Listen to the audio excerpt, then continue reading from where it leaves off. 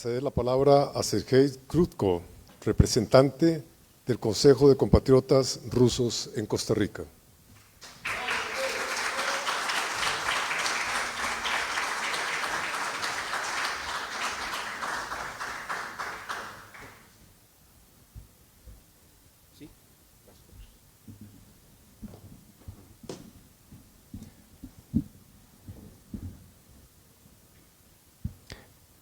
Buenas noches, estimados compañeros. El día de hoy estoy aquí más bien en calidad del coordinador del movimiento Regimiento Inmortal en Costa Rica. Es un movimiento que nació en Rusia hace más de 10 años y se expandió por todo el mundo.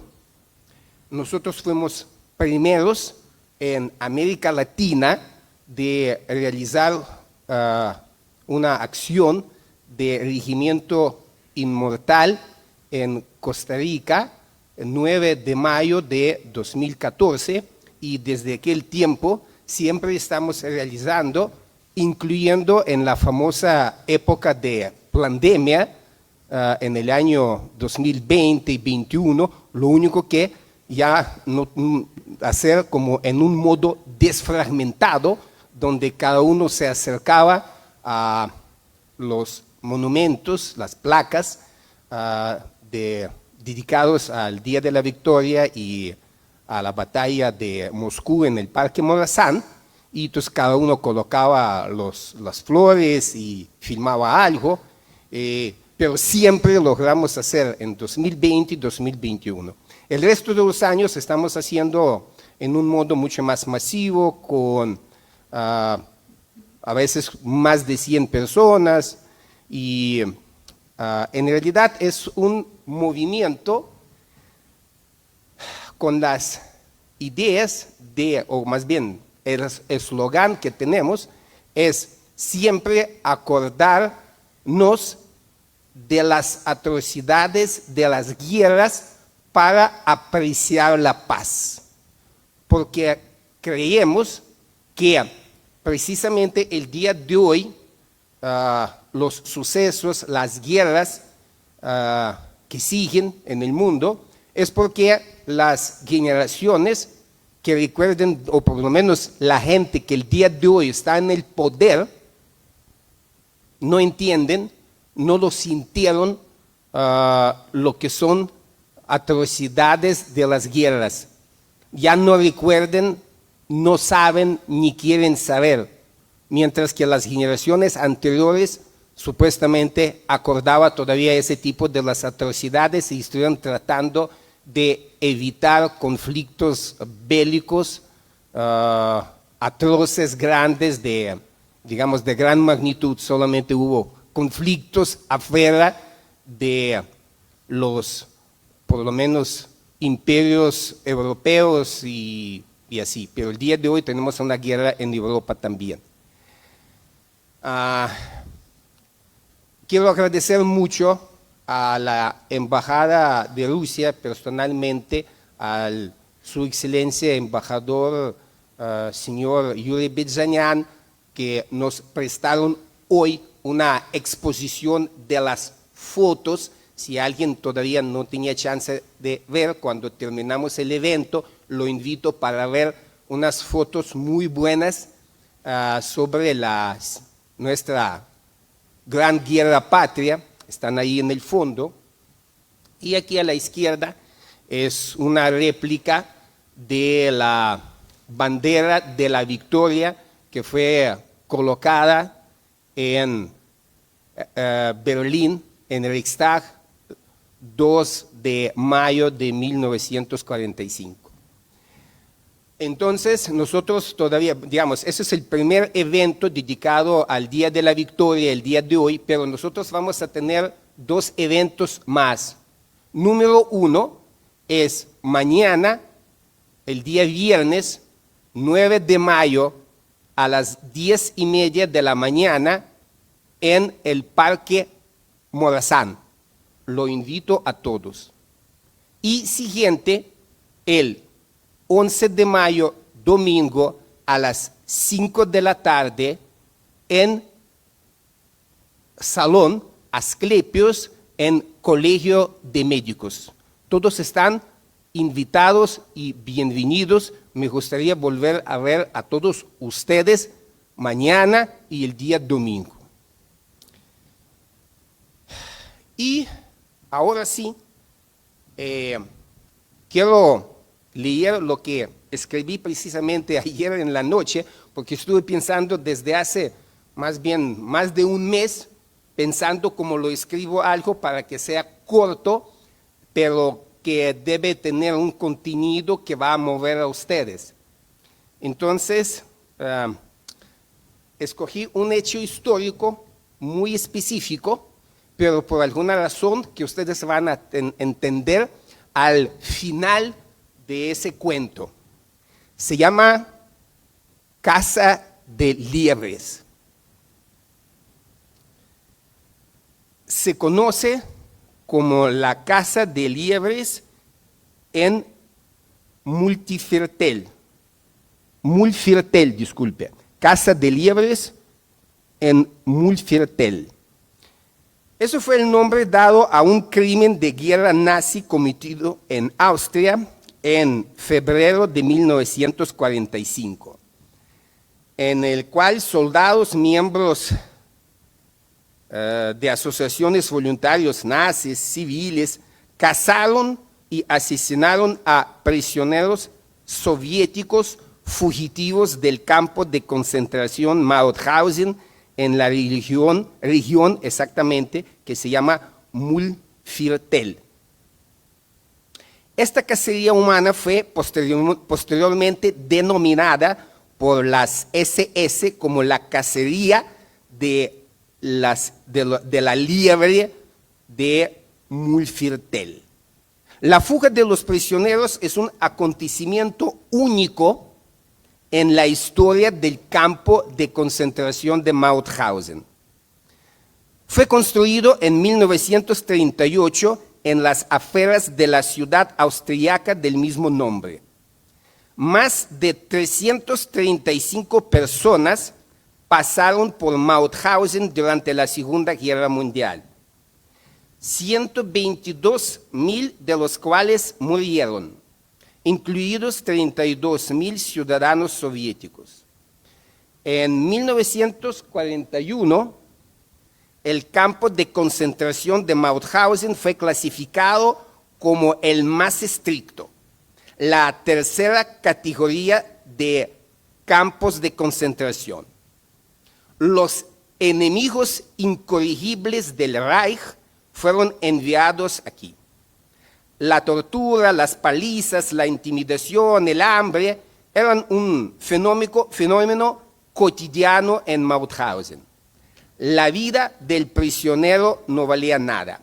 Tanto un oficial de la SS como igual un asistente de la administración del campo entre los prisioneros podían matarlo con seguridad a cualquiera.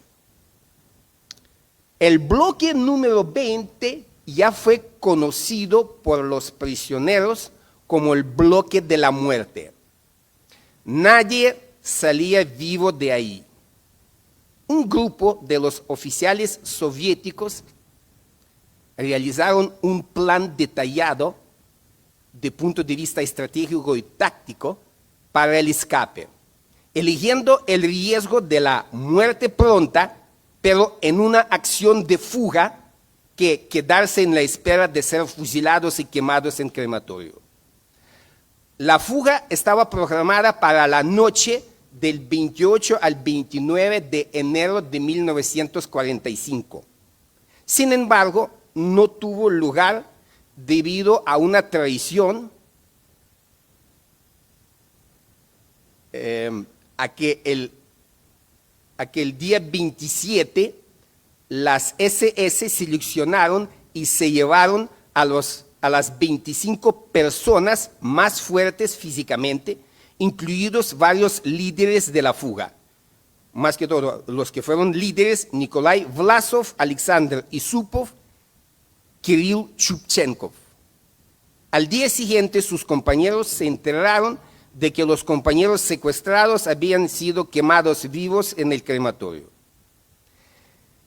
En la noche del 2 de febrero de 1945, unos 500 prisioneros de guerra, en su mayoría oficiales soviéticos, intentaron escapar del bloque número 20, el bloque de la muerte, en temperaturas del ambiente 8 grados bajo cero. Recuerde que ese campo de concentración no tenía sistema de calefacción. Utilizando extintores de sus cuarteles y diversos objetos como mantas y tablones. Un grupo atacó las 2 torres de vigilancia, mientras que un segundo grupo provocó cortocircuitos en las alambradas con mantas y ropas mojadas. Luego escalaron el muro del campamento. Al principio, 419 prisioneros lograron abandonar el campo. Muchos de ellos, sin embargo, hambrientos, se desplomaron poco después en la nieve, exhaustos o alcanzados por las balas alemanas. Todos aquellos que no habían llegado al bosque, y incluyendo 75 prisioneros enfermos que permanecieron en el campo y no participaron en la fuga, fueron ejecutados esa misma noche. Más de 300 prisioneros lograron escapar al bosque. Y ahora, la caza. Esta misma mañana, la dirección del campo convocó una cacería en la que participó la población civil, además de las SS, las SA, la gendarmería, los bomberos, el ejército y asociaciones de los voluntarios nazis como las juventudes hitlerianas locales y Volkssturm. El objetivo de esa cacería, que duró 3 semanas, era no traer a nadie vivo al campamento. La mayoría de los fugitivos fueron capturados y en la mayoría de los casos ejecutados o linchados en el lugar de su captura. Los prisioneros asesinados fueron llevados a Red in der Redmark, el centro de esa cacería, donde se amontaban los cadáveres. Los que traían con vida a los prisioneros más bien eran abucheados por la multitud. La policía criminal de Linz informó posteriormente a la Oficina Central de Seguridad del Reich. De 419 fugitivos, aquellos que lograron abandonar el campo en la zona de Mauthausen, más de 300 fueron arrestados, 57 de ellos con vida, como lo demuestran los documentos del archivo de Mauthausen, entre comillas, un testimonio. Los cadáveres quedaron ahí donde la gente fue asesinada. En Lemvilla vivía un granjero cuya esposa escuchó susurros en un establo de cabras por la noche. Ella trajo a su esposo, quien sacó al fugitivo en su escondite. El agricultor inmediatamente golpeó a ese hombre con un cuchillo en el cuello y la sangre brotó de la herida. La esposa del granjero saltó hacia el moribundo y dio otra bofetada antes de que él se murió. Cerradas las comillas. Solo 11 oficiales soviéticos sobrevivieron a la caza y al final de la guerra. Algunas familias campesinas y trabajadores forzados extranjeros escondieron a los prisioneros a pesar de los altos riesgos, o alimentaron a los que se escondían en el bosque. 3 meses después, la guerra había terminado y los fugitivos estaban a salvo. En la madrugada del 5 de mayo de 1945, las tropas estadounidenses llegaron a Mauthausen. En el año 1948 se juzgaron solo 2 casos en los tribunales de Viena y Linz por esos crímenes, pero terminaron sin ninguna sentencia. Si pueden pasar a las últimas fotos, a esto exactamente. Eso es mi abuelo, Konstantin Bundanov.